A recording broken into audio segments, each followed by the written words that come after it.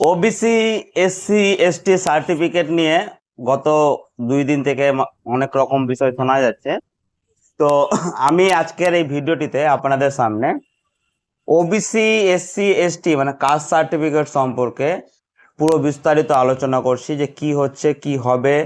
হ্যাঁ, reverification, revalidate, রি issue, central OBC, state গভর্নমেন্টের ওবিসি, 2011 সালের পরে ইস্যু হওয়া ওবিসি, ওবিসি থেকে যারা চাকরি পেয়েছে, সুবিধা পেয়েছে, তাদের কি পরিণত হবে, এবং আপনাকে মানে আপনার যেহেতু সার্টিফিকেট আছে, আপনার করণীয় কি, সম্পূর্ণ সমস্ত বিষয় আজকের এই ভিডিওটিতে আলোচনা করছি। ভিডিওটি আপনারা দেখতে পারেন, এবং আপনাদের আরও যদি কোনো প্রশ্ন থাকে বা বিষয় থাকে তাহলে আপনারা কমেন্ট বক্সে সেগুলো করতে পারেন, তাহলে পরবর্তীতে আপনাদের উত্তর দেওয়ার চেষ্টা করব আমি। ঠিক আছে, তো শুরু করা যাক। শুরুটা হচ্ছে, দেখুন, প্রথম যেটা বিষয়, যে 14 তারিখ, ঠিক আছে, 14 তারিখ পশ্চিমবঙ্গ সরকার যে নোটিফিকেশনটা করেছে, সেই নোটিফিকেশনে পশ্চিমবঙ্গে 2011 সালের পরে ইস্যু হওয়া সমস্ত caste certificate, SC ST OBC certificate, যে সংখ্যাটা পশ্চিমবঙ্গ সরকার নোটিফিকেশনে বলছে যে এসসি সার্টিফিকেট হচ্ছে 1 কোটি, এসটি সার্টিফিকেট 21 লক্ষ এবং ওবিসি সার্টিফিকেট 48 লক্ষ। ঠিক আছে, এবং তার মধ্যে আপনার দুয়ারে সরকার ক্যাম্পে এই সংখ্যাটা, মানে এই SC ST OBC certificate issue হয়েছে দুয়ারে সরকার ক্যাম্পে, এসসি হয়েছে 32.5 লক্ষ, এসটি হয়েছে 6.5 লক্ষ এবং ওবিসি হয়েছে 8.64 লক্ষ।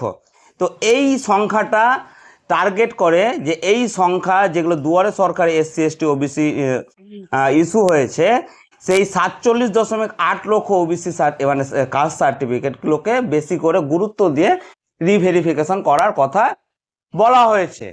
ঠিক আছে, কারণ মনে করা হচ্ছে যে এইখানে দুয়ারে সরকারে যেগুলো হয়েছিল সেগুলো ঠিকঠাকভাবে হয়তো হয়নি, ঠিকঠাকভাবে ভেরিফিকেশন না হয়ে ইস্যু হয়েছিল। তো এবার কারাই ভেরিফিকেশন করবে?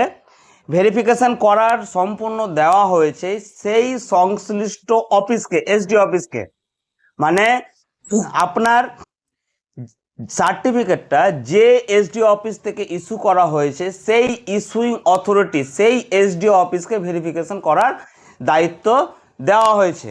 তবে এখানে যে বিষয়টা, এখানে কিন্তু পাবলিকের ইন্টারফারেন্স, মানে আপনার সার্টিফিকেট রিভেরিফিকেশন হবে, কিন্তু আপনাকে কোনো কিছু জানানোর বা বলার কোনো বিষয় কিন্তু এখনো পর্যন্ত কোনো নোটিফিকেশনে কোথাও উল্লেখ নাই।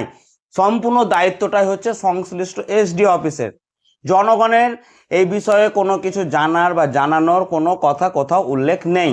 ঠিক আছে, এবার এমনটা হতে পারে, যেটা আমার অনুমান, যে পরবর্তীকালে হয়তো আপনার সার্টিফিকেট যদি একটা সন্দেহজনক, রিভেরিফিকেশনের সময় কোনো কিছু সন্দেহজনক লাগে, তখন হয়তো আপনার সেই সার্টিফিকেটে যে আপনার যে ঠিকানা দেওয়া আছে, ডিটেলস দেওয়া আছে, সেই ডিটেলস অনুযায়ী হয়তো আপনাকে মানে হেয়ারিংয়ের জন্য ডাকা হতে পারে, যে আপনি আপনার সমস্ত তথ্য ডকুমেন্টস নিয়ে আসুন, দিয়ে হয়তো হতে পারে, কিন্তু এই বিষয়ে কোনো গাইডলাইন নেই। এটা আমার অনুমান থেকে আমি বলছি। ঠিক আছে, আচ্ছা, এই বিষয়টা হচ্ছে।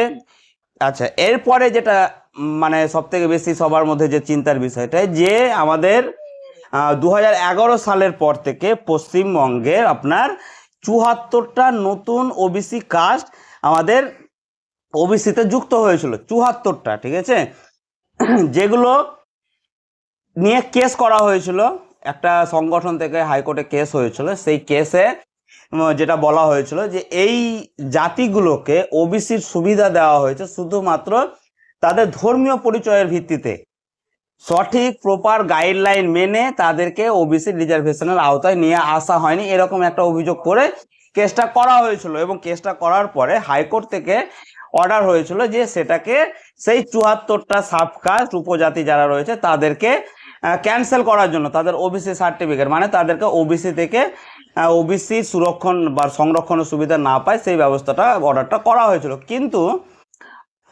তারপরে সুপ্রিম কোর্টে সেই বিষয়টা যায়, এবং তখন তৎকালীন রাজ্য সরকার, মানে তৃণমূল কংগ্রেস পরিচালিত যে রাজ্য সরকার ছিল, তারা তখন সেটার এগেনস্টে সুপ্রিম কোর্টে গিয়েছিল, এবং সুপ্রিম কোর্টে কিন্তু এখনও বিষয়টা বিচারাধীন রয়েছে, এবং সুপ্রিম কোর্ট থেকে এখনো পর্যন্ত কোনো জাজমেন্ট আসেনি।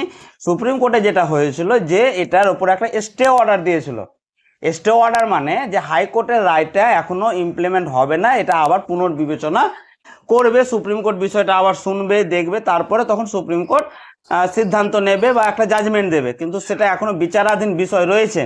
কিন্তু নিউজ পেপার আর্টিকেলে যেটা দেখা যাচ্ছে যে সেই কেসটা যেখানে রাজ্য সরকারের উকিল ছিলেন, রাজ্য সরকারকে ডিফেন্ড করছিলেন এবং রাজ্য সরকার যে সঠিক সেই বিষয়টা সুপ্রিম কোর্টে যিনি তুলে ধরছিলেন, সেই রাজ্য সরকার যেহেতু এখন পরিবর্তন হয়েছে, বর্তমান রাজ্য সরকার আর সেই বিষয়টা মানে লড়বেন না এবং নিজেদের নিজেদের লয়ার উপস্থিত করবেন না, এরকম একটা নিউজ পেপারে এসেছে।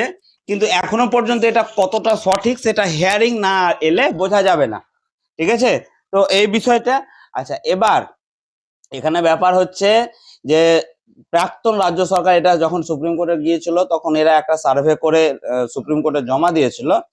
সেই সার্ভের ভিত্তিতে পশ্চিমবঙ্গে এই যে গত 1-1.5 বছর ধরে আপনার ওবিসি রিভ্যালিডেট এবং রি ইস্যুর যে ব্যাপারটা চলছিল, সেই সার্ভের উপরে ভিত্তি করে চলছিল।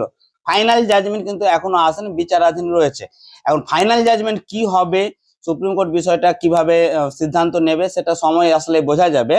কিন্তু যেটা বোঝা যাচ্ছে যে এই 74টা সাবকাস্ট কিন্তু এখনো সংশয়ের মধ্যে রয়েছে।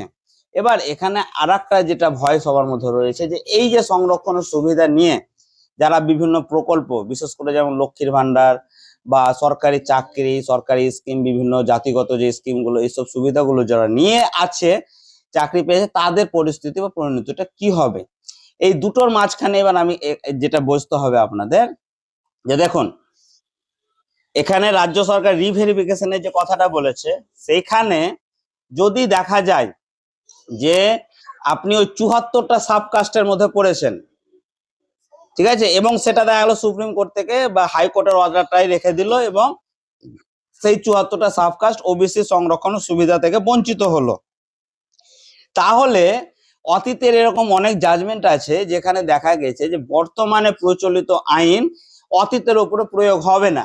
মানে আপনি যখন ওবিসির সুবিধাটা পেয়েছিলেন তখন আপনি সেই সরকারি রাজ্য সরকারের নিয়ম অনুযায়ী সেই সুবিধাটা পেয়েছিলেন, সেই সুবিধা অনুযায়ী চাকরি পেয়েছিলেন, তাহলে এখন আপনার উপরে, এখন আপনার সেই জাতিটা, সেই সার্টিফিকেটটা ইনভ্যালিড হলেও তখন যেহেতু সেটা ভ্যালিড ছিল, তাহলে তখন আপনি সুবিধা পেয়েছিলেন, তাহলে এখন ইনভ্যালিড হলেও আপনার তখনকার কাজের উপরে সেটা প্রভাব সাধারণত পড়ে না।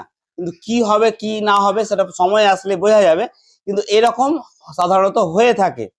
এবার যদি আপনার দেখা যায় রিভেরিফিকেশন করতে গিয়ে যে আপনি অ্যাকচুয়ালি এসসি বা এসটি বা ওবিসি পাওয়ার যোগ্য নয়, কিন্তু আপনি ভুলভাল ডকুমেন্টস নিয়ে দিয়ে কোনো রকম ভাবে আপনি সার্টিফিকেটটা বানিয়েছেন, ঠিক আছে, যেমন অনেকে আছে যে সিং টাইটেল কিন্তু এসটি সার্টিফিকেট বানিয়েছে, অনেক শেখ টাইটেল, খান টাইটেল রয়েছে কিন্তু এসটি সার্টিফিকেট বানিয়েছে, ঠিক আছে, মানে আপনি সেই জাতির মধ্যে পড়ছেনই না অথচ আপনি সেই জাতির সার্টিফিকেট বানিয়ে নিয়েছেন, তাহলে আপনার সার্টিফিকেটটা ফেক।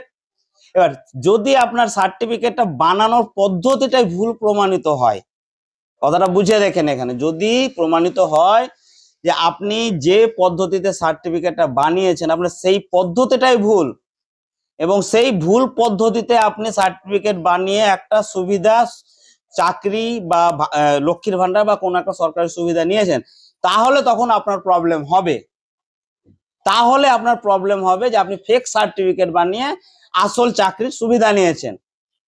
কিন্তু যদি এটা দেখা যায় যে আপনি ওই জাতিটি কিন্তু আপনার সার্টিফিকেট 2011 সালের পরে হয়তো রাজ্য সরকার ওবিসি সংরক্ষণ সুবিধা দিয়েছিল, বর্তমানে সেটা ভুল প্রমাণিত হয়েছে, আপনি তখন হয়তো সুবিধা পেয়ে গেছেন, তখন সরকারের নিয়ম ছিল, তখন সেই সুবিধা পেয়েছেন, তাহলে হয়তো কোর্ট আপনাকে কনসিডার করতে পারে বা হয়তো আশা করছি করবে যে আপনি তখন যেহেতু এটা ভ্যালিড ছিল, তখন যেহেতু এটা নিয়ম ছিল, সেই নিয়মে তখন আপনি এটা সুবিধা নিয়েছিলেন, এখন নিয়ম নাই, এখন থেকে আগামী দিনে আপনি হয়তো আর সুবিধাটা পাবেন না, কিন্তু তখন যেহেতু নিয়ম ছিল তখন হয়তো সুবিধা নিয়েছেন, তার জন্য এখন আপনার প্রভাব বা আপনার উপরে প্রভাব পড়বে না। কিন্তু যদি এটা প্রমাণ হয় যে আপনি সার্টিফিকেটটা, ঠিক আছে, আপনি সার্টিফিকেটে 2 নম্বরই করে বানিয়েছেন, তাহলে আপনার উপরে প্রভাব পড়তে পারে। তো এই হচ্ছে বিষয়। তো আপনি যদি আপনার সার্টিফিকেট সম্পূর্ণ লিগ্যাল পদ্ধতিতে বানিয়ে থাকেন তাহলে আশা করছি সমস্যা হবে না। আর যদি ইল্লিগাল পদ্ধতিতে বানিয়ে থাকেন তাহলে যেটা কি হবে সেটা সময় আসলে বোঝা যাবে। এই হচ্ছে বিষয়। ধন্যবাদ।